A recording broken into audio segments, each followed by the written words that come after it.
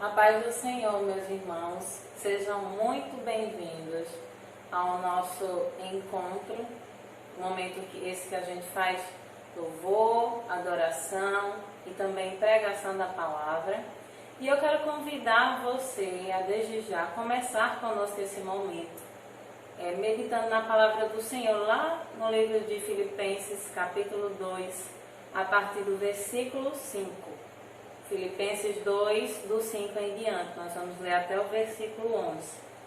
Então, a palavra do Senhor, ela diz o seguinte: tenham entre vocês o mesmo pensamento de Cristo, que mesmo existindo na forma de Deus, não considerou ser igual a Deus, algo que deveria ser retido a qualquer custo.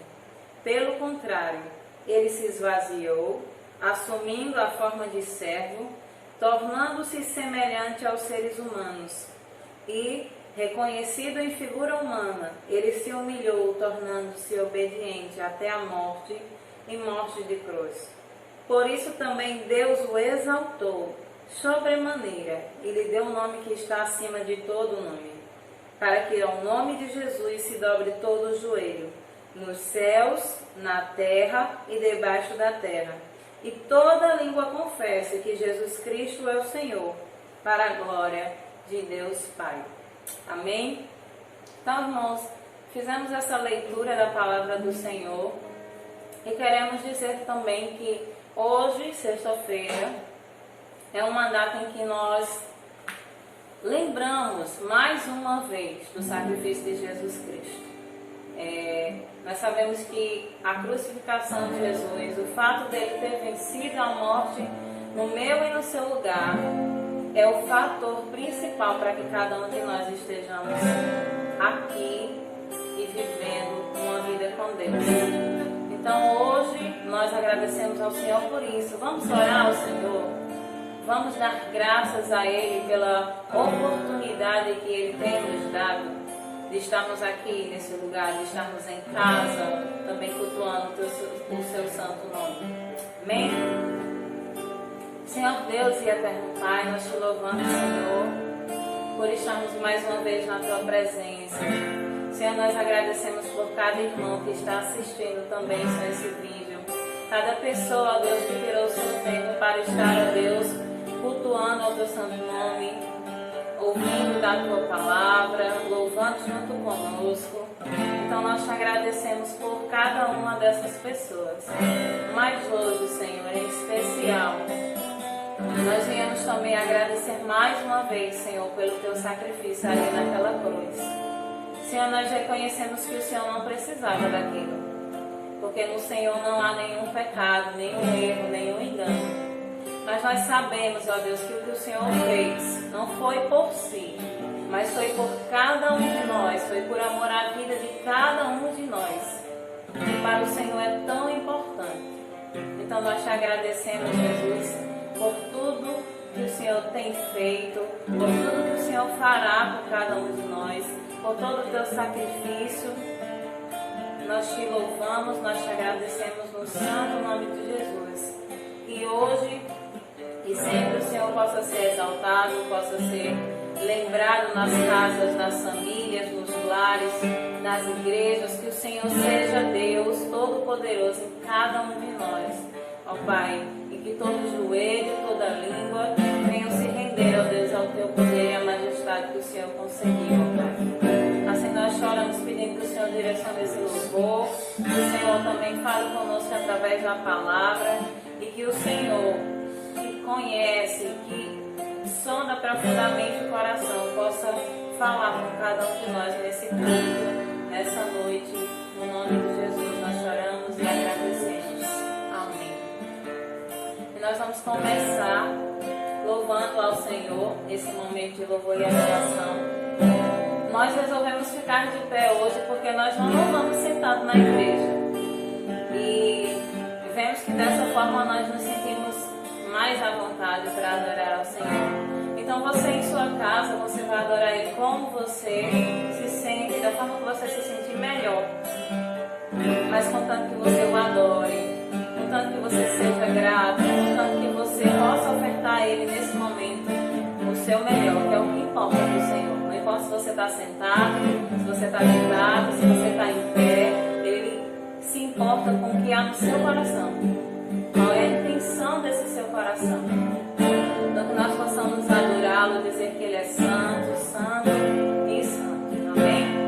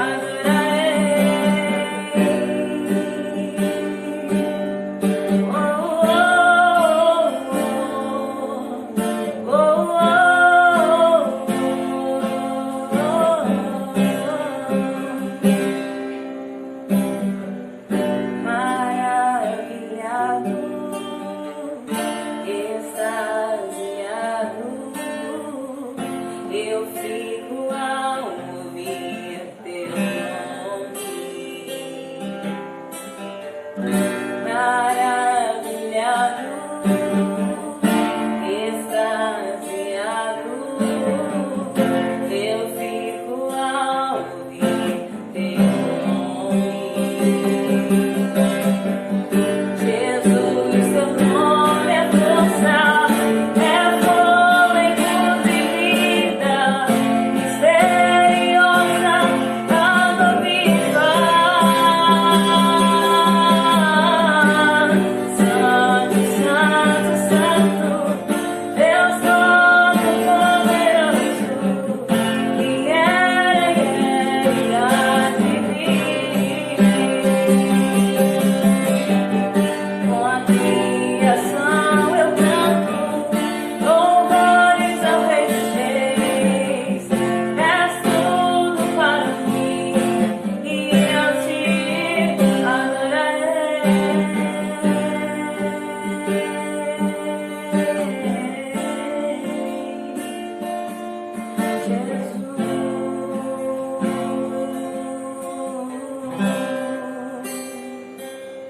Aleluias. Nós dizemos que Ele é santo. Nós dizemos que Ele é digno. Nós dizemos que nós ficamos maravilhados quando ouvimos o santo nome de Jesus. E Ele é tudo isso, porque Ele provou merecer tudo isso. A Bíblia diz que Ele ganha esse poder a partir do momento que Ele se entrega por cada um de nós e que Ele vence aquela cruz, que Ele vence a morte. Porque Ele não ficou derrotado na cruz, mas Ele venceu por cada um de nós. E a palavra de Deus vai dizer assim: no mundo tereis aflições, mas tende bom ânimo, porque eu venci o mundo. Então hoje nós podemos vencer as dificuldades, porque o Senhor venceu primeiro. E Ele está nos ajudando em cada dificuldade. Então hoje você pode, na sua aflição, na sua dificuldade, contar com aquele que é vencedor, que é o nosso Rei Jesus. Amém?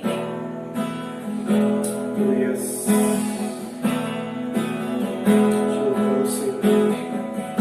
Mesmo, Pai, que das tempestades, as lutas, o Senhor está conosco todos os dias, até a consumação dos séculos. Por isso nós te louvamos, te exaltamos, ó Pai. Glorificamos o teu santo nome, Senhor, porque o Senhor tem cuidado de cada um de nós. Aleluia. Se o sol se pôr e a noite chegar, tu és quem me guia. Se a tempestade me alcançar, tu és meu abrigo. Se o mar me submergir a tua mão, me traz à tona pra respirar e me faz andar sobre as águas.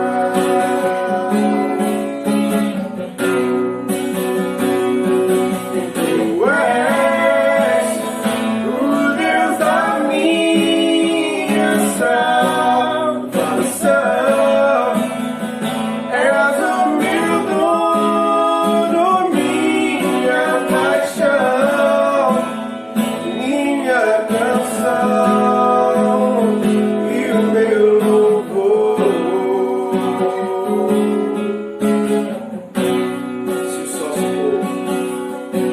Se o sol se pôr e a noite chegar, tu és quem me guia. Se a tempestade me alcançar, tu és meu abrigo. Se o mar me submergir a tua mão, me traz à tona pra respirar, me faz andar sobre as águas.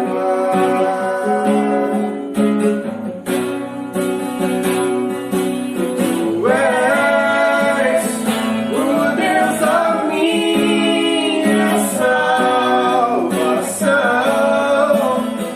És o meu dono, minha paixão, minha canção e o meu louvor.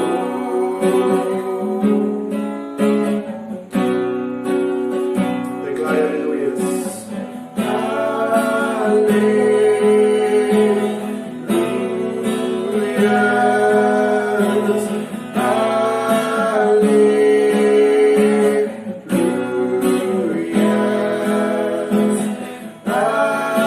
Aleluias.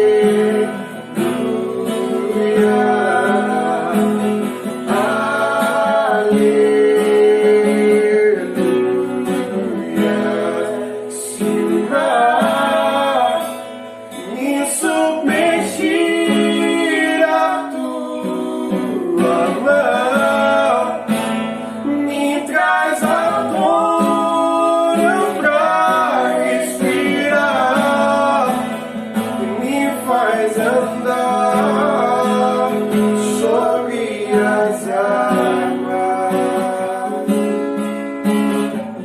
Tu és Senhor, tu és o Deus da minha salvação.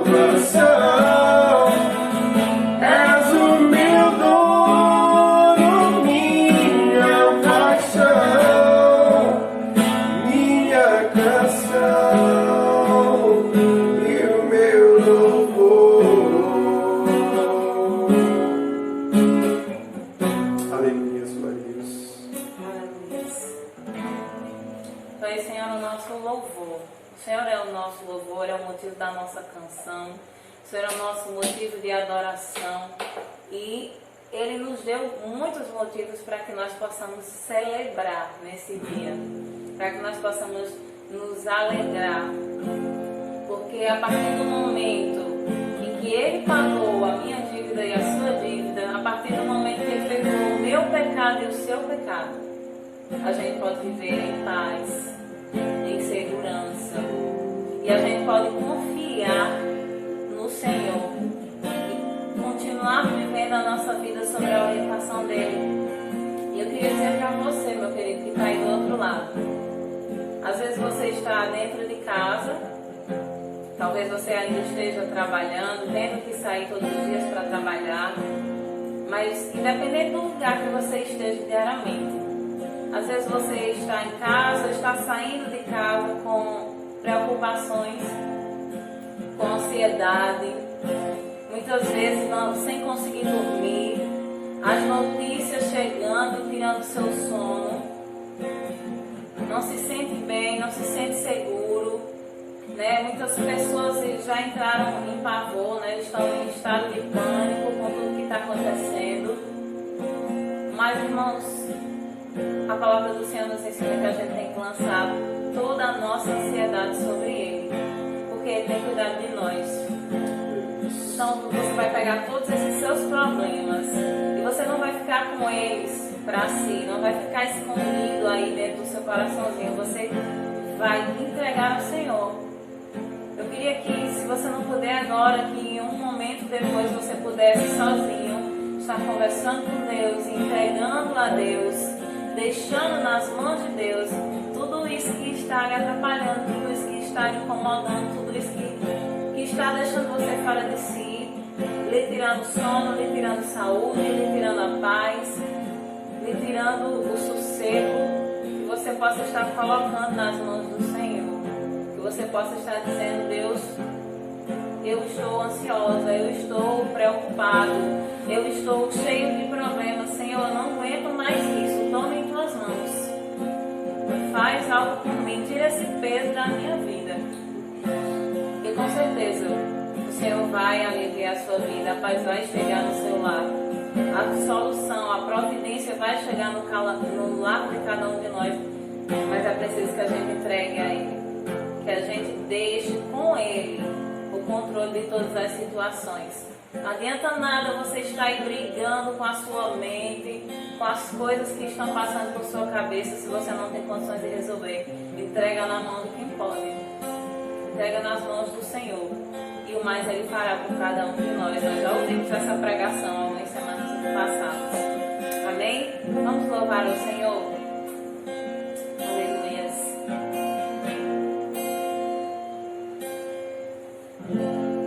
Aleluia, Jesus. Te agradecemos, Senhor Deus, pelo teu sacrifício e pelos benefícios que vieram com Ele, Pai. Obrigado, Jesus. Sua morte ali na cruz, carregando a minha dor, você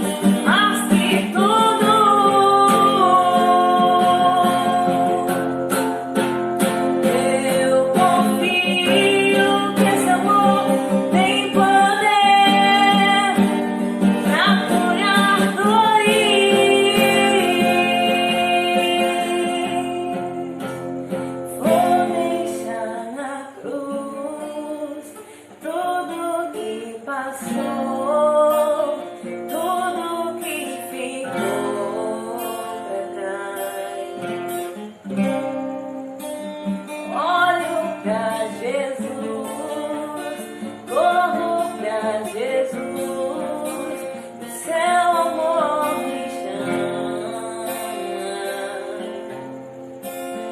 Aleluia. A paz, Senhor, irmãos, amém? Nós vamos dar continuidade a esse momento da gente fazendo a meditação na palavra do Senhor, que nessa noite eu irei fazer com vocês. Então eu quero convidar você a abrir lá no livro de Romanos, capítulo 4, versículo 17. Romanos 4, 17, que diz assim a palavra do Senhor: como está escrito, por Pai de muitas nações te constituí, perante aquele no qual ele creu, a saber, no Deus que vivifica os mortos, e chama as coisas que não são, como se já fossem. Amém? Eu queria só ressaltar esse finalzinho que diz assim: no qual ele creu, a saber, no Deus que vivifica os mortos, e chama as coisas que não são, como se já fossem. Irmãos, essa palavra ela me chamou muita atenção. O Deus que vivifica os mortos e que chama as coisas que não são como se já fossem. Ela me chamou muita atenção porque Deus ele é justamente especialista em transformação de vida. Deus ele não atua na teoria. Deus ele é um Deus de ações. Ele é um Deus de prática. Ele é um Deus que tem o prazer em mudar vidas, mudar famílias, transformar situações, resolver problemas, agir para mostrar o seu poder e demonstrar a sua glória através da sua criação. Então, irmãos, eu estava pensando, e se você aí que está do outro lado já teve essa possibilidade de ler histórias da Bíblia, você vai conhecer história de homens, história de mulheres que foram grandemente usados por Deus. Provavelmente você já tenha escutado sobre Davi, talvez você já tenha escutado alguma história sobre Paulo, sobre Pedro, sobre tantos e tantos outros homens e mulheres de Deus. E a gente normalmente escuta essas histórias mais gloriosas, né? Falando que Davi foi um rei grandemente usado por Deus, um homem segundo o coração de Deus. Ouvimos que Paulo foi um grande apóstolo dos gentios, né, que pregava assim com muita ousadia, que fazia, né, o melhor para Deus e que passou por tantas situações, mas que não deixou de servir a Deus. Então nós ouvimos falar dessas pessoas, né? Nós temos Abraão, o pai da fé, né? Em pensar que tudo que Abraão viveu, todas as bênçãos que Abraão conseguiu, né, experimentar da parte de Deus foram baseadas na fé. Então foi um homem que muitas vezes teve que lutar contra o que estava diante dele e crer além das circunstâncias. Então nós temos aí diversos personagens bíblicos, né, lutando aí contra as circunstâncias, crendo em Deus, colocando os seus mandamentos em prática, buscando a sua vontade.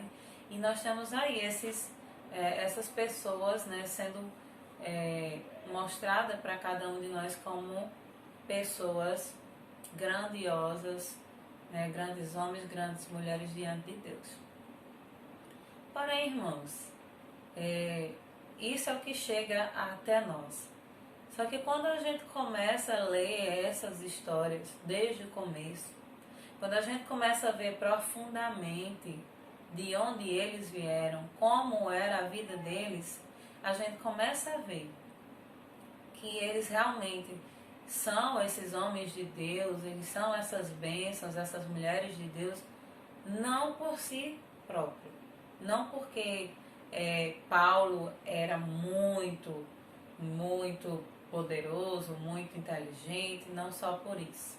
Mas nós vamos ver que o diferencial dessas pessoas não era a sua capacidade intelectual, não era a sua capacidade financeira, não era o seu grau de estudo, mas o diferencial na vida dessas pessoas era justamente Deus, a presença de Deus, o que eles conheciam e o que eles obedeciam em relação aos ensinamentos de Deus.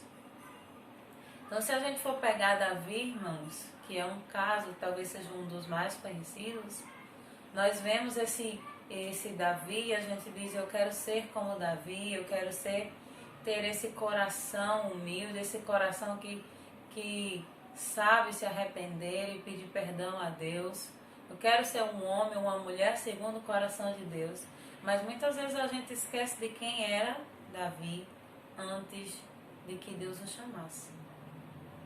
E é engraçado, porque esse versículo ele diz que ele chama as coisas que não são como se já fossem. E a realidade em que Davi se encontrava era uma realidade totalmente diferente da que ele posteriormente viria a viver. Então, nós encontramos Davi como um pastor de ovelhas, o mais novo da sua família, e pelo que a gente consegue perceber, era alguém que não era tão valorizado pela sua família. E um determinado dia, Deus ele envia um profeta à casa de Davi. O Senhor orienta a esse profeta, envia-o a esse lugar e diz que naquela casa, diante dos filhos que haviam ali, um deles seria o futuro rei daquela nação de Israel. E quando o profeta chega a essa casa, encontra o pai, encontram vários irmãos, só que Davi não estava lá. Então o profeta chega, é bem recebido, é um homem de Deus, é conhecido, e ele comenta, né? Quer conhecer os filhos daquele homem. Então Jessé vai apresentar seus filhos. Quando o profeta vê um dos filhos, um dos mais fortes, um dos mais bonitos, mais apresentável, ele logo acredita que é aquele, o futuro rei que Deus está querendo separar para aquela nação. E o Senhor fala com ele, ele diz, não, olha, eu não vejo como você vê, eu vejo o coração. E o Senhor ainda diz mais, não é nenhum desses. E aí ele ficou. O profeta sabia que era daquela casa, o profeta também sabia que Deus não se engana. Então ele perguntou, você não tem mais nenhum filho, Jessé? Você não tem nenhuma outra criança, um outro que esteja morando em outro lugar? E o pai vai dizer, sim, eu tenho. Mas ela é pequenininha, né? Tá lá na roça, né? Pastoreando as ovelhas, né? E o profeta disse, então manda chamá-lo, né? Porque o profeta não poderia ir embora sem cumprir a sua missão, que era justamente encontrar esse futuro rei, né? E abençoá-lo, né? Impor suas mãos e assim consagrá-lo, vamos dizer assim.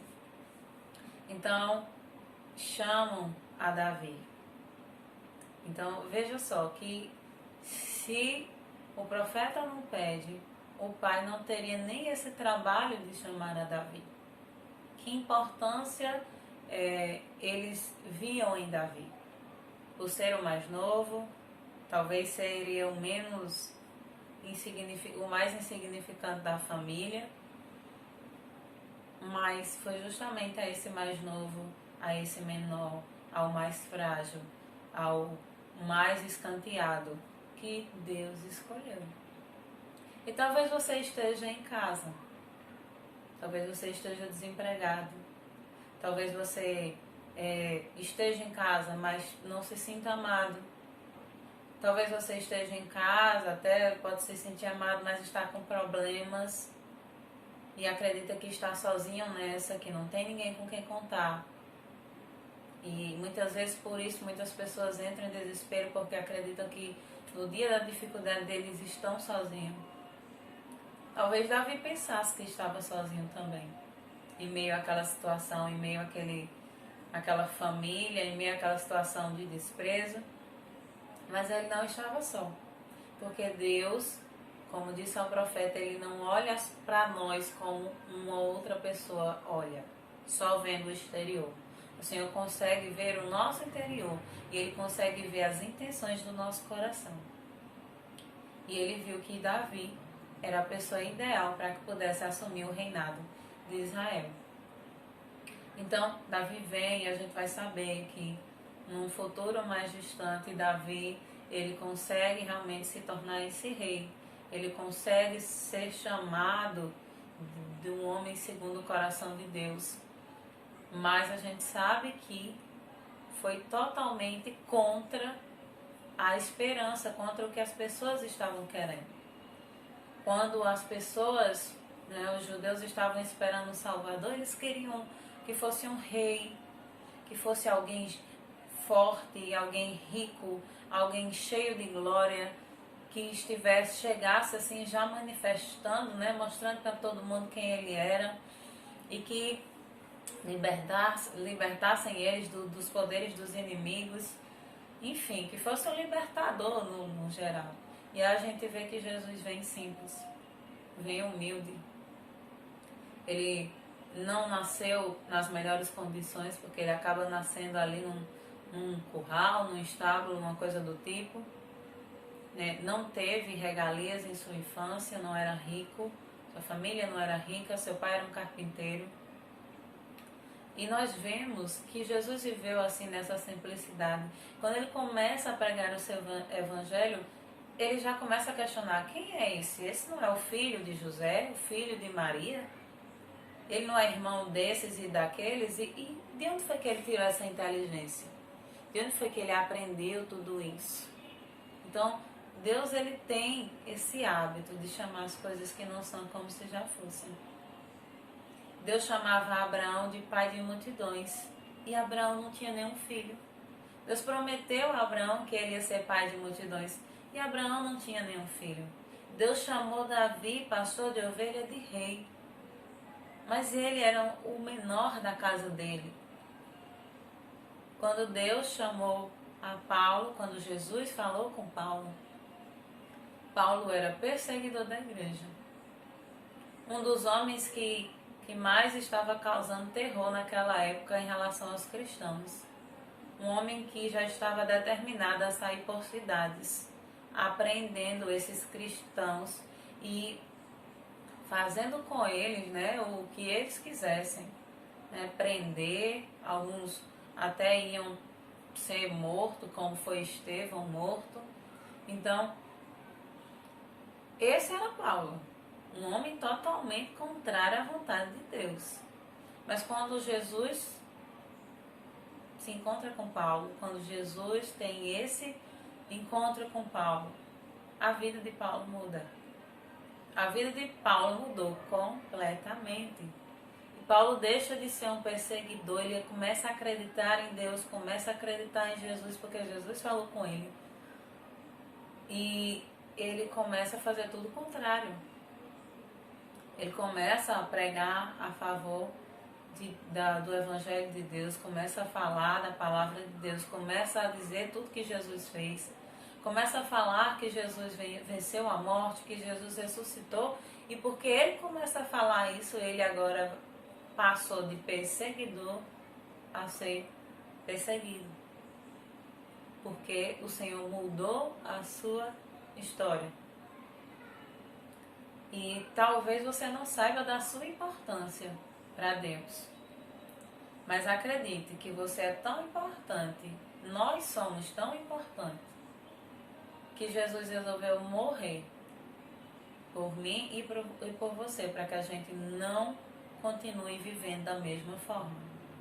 Foi necessário nos chamar a atenção de uma forma tão grandiosa, para que a gente perceba que nós somos importantes, para que nós percebamos que nós somos amados, para que nós percebamos que nós não estamos só.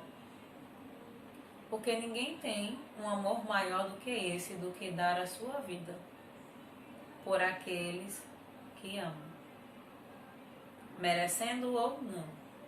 A gente sabe que esse amor de Jesus, ele não se entregou por nós porque a gente merece, porque nós somos ótimos, porque nós somos os melhores e somos dignos. Não foi por isso.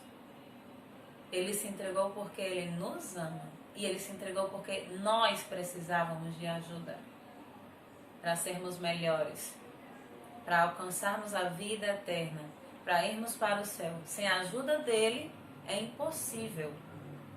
E a palavra de Deus vai dizer que sem Jesus é impossível chegar ao céu. Que ele é o caminho, a verdade e a vida, e ninguém chegará ao Pai a não ser por ele. Então, irmãos, eu não sei qual é a condição que você se encontra, mas eu posso dizer que eu sei quem eu era e eu sei quem eu me tornei, porque Jesus entrou na minha vida. E eu conheço muitas e muitas pessoas, não só da Bíblia, mas pessoas de dias atuais, que Jesus entrou na sua vida, que eles aceitaram o amor de Deus na sua vida, aceitaram a esperança da salvação na sua vida, aceitaram serem seguidores de Cristo, e eu sei da diferença que Deus fez na vida dessas pessoas. Talvez você esteja vivendo a sua vida e tentando resolver tudo com as suas próprias forças, com o seu próprio entendimento, com as suas capacidades. E às vezes o que a gente tem não é suficiente. E talvez você esteja sofrendo aí do outro lado, porque você não teve ainda esse encontro com o Senhor, como Paulo teve, como Davi teve, como Abraão teve, como eu tive. Encontrar-se com o Senhor, entregar a vida ao Senhor, não quer dizer que você não vai passar por problema, não entenda isso. O que a gente está querendo dizer é que você não vai passar por esses problemas sozinhos. Porque quando a gente tenta carregar o peso das situações sozinhos, muitas vezes a gente se sobrecarrega, desanima, a gente entra num estado de colapso, porque não consegue lidar com tudo o que tem ao nosso redor. Então, entregar-nos a Cristo é a melhor coisa que a gente pode fazer. É um sinal de amor, assim como foi um sinal de amor o que ele fez em relação com cada um de nós em relação à sua cruz. Então, nessa noite eu queria que a gente pudesse pensar sobre isso, que a gente pudesse lembrar do sacrifício dele, pudéssemos entender que o sacrifício dele foi para nos aproximar dele, foi uma forma de mostrar o amor dele por nós, foi uma forma que ele encontrou de pagar a dívida do pecado que a gente não tinha condições de pagar. E, sinceramente, com um amor desse tamanho, eu ainda tenho uma dificuldade de entender como é que a gente fica muitas vezes tão distante dele. Porque estar na presença de Deus é a melhor coisa que existe. E não importa se é período de corona ou se não é corona, mas estar na presença de Deus, seja qual dia for, é o melhor lugar para que a gente possa estar. Então que nesse dia vocês possam saber que independente da sua circunstância, Deus te ama, Deus está cuidando de você e Deus pode mudar a sua história.